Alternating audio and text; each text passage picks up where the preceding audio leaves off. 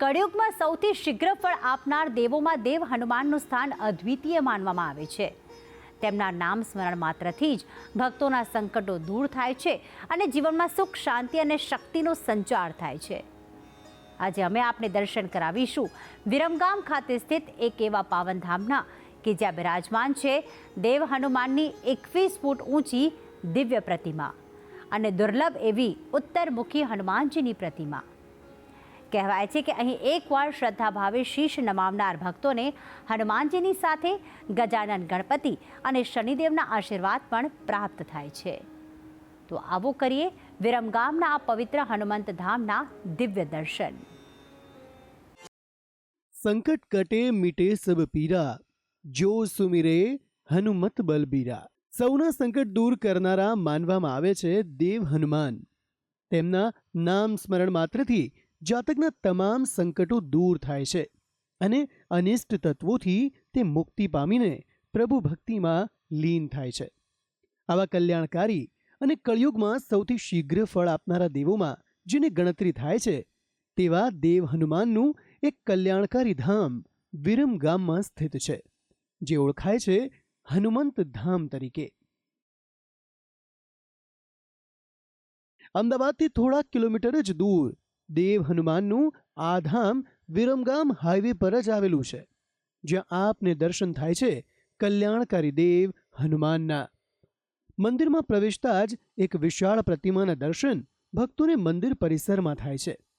દેવ હનુમાનની 21 ફૂટ ઊંચી આ વિશાળ પ્રતિમા ભક્તોને આકર્ષનારી ભાસિત થાય છે।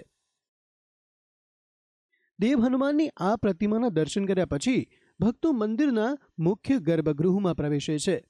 અહીં દેવ હનુમાનની સાથે સાથે ભક્તોને શનિ મહારાજ અને શ્રી ગણેશના પણ દર્શન થાય છે, જેના થકી ભક્તો કરે છે ધન્યતાની અનુભૂતિ। અહીંયા આગળ શનિવાર તથા મંગળવારનું બહુ મહત્ત્વ છે, તો દરેક હરિભક્તો અવારનવાર જતા આવતા બધા ઊભા રહે છે અને આ મંદિરમાં યાત્રિકો જે પગપાળા સંઘ અહીંથી જતા હોય તે પણ અહીંયા આગળ રોકાય છે। અમે દર શનિવારે મંગળવારે અહીં હનુમાનજીને હું દર્શન કરવા આવું છું। મારી બધી મનોકામના પૂર્ણ કરી હનુમાન દાદાએ જેટલું મનુષ્ય પર શ્રદ્ધા રાખવી એટલી શ્રદ્ધા પૂર્ણથી આપણું કામ પૂર્ણ થાય છે। આ મંદિરમાં સ્થિત હનુમાનજીની પ્રતિમા જે ગર્ભગૃહમાં સ્થાપિત છે તેની એક ખાસ વાત એ પણ છે કે આ મૂર્તિ ઉત્તરમુખી પ્રતિમા છે।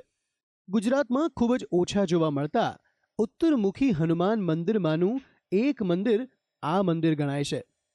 આ મંદિરમાં શનિદેવની પ્રતિમાએ પણ તેલ ચઢાવવાનો મહિમા છે। શનિદેવની પ્રતિમા સમક્ષ પણ દેવ હનુમાનની એક નાની મૂર્તિ સ્થાપિત કરાઈ છે, જ્યાં તેલ ચઢાવીને ભક્તો ધન્ય થાય છે।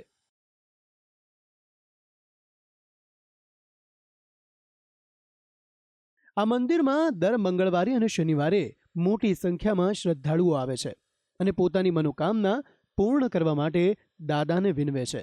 આ મંદિર દાયકાઓ પૌરાણિક ન હોવા છતાં આ મંદિર પ્રત્યે લોકોની શ્રદ્ધા જરા પણ ઓછી નથી। અહીં લોકો પગપાળા આવીને પણ પોતાની બાધા પૂર્ણ કરે છે અને દેવ હનુમાનની કૃપા પ્રાપ્ત કરે છે। અમે દર શનિવાર મંગળવારે અહીંયા આવીએ છીએ। દર પૂનમે પણ પૂનમ ભરવા આવીએ છીએ, કારણ કે હનુમાનજીનું સાચ અમને વધારે દેખાય છે અને મનોકામના પૂર્ણ થાય છે। મંદિરમાં નિત્ય સવારે મંગળા આરતી અને સાંજે સંધ્યા આરતી કરવામાં આવે છે। સવારે દાદાને રાજભોગ અને બપોરે અને સાંજે નિત્ય થાળ ધરાવવામાં આવે છે અને નિત્ય થતી આ બંને આરતીમાં પણ આસપાસના ગામના અને અહીંના સ્થાનિક લોકો અચૂક પધારે છે અને દાદાની કૃપા પ્રાપ્ત કરે છે।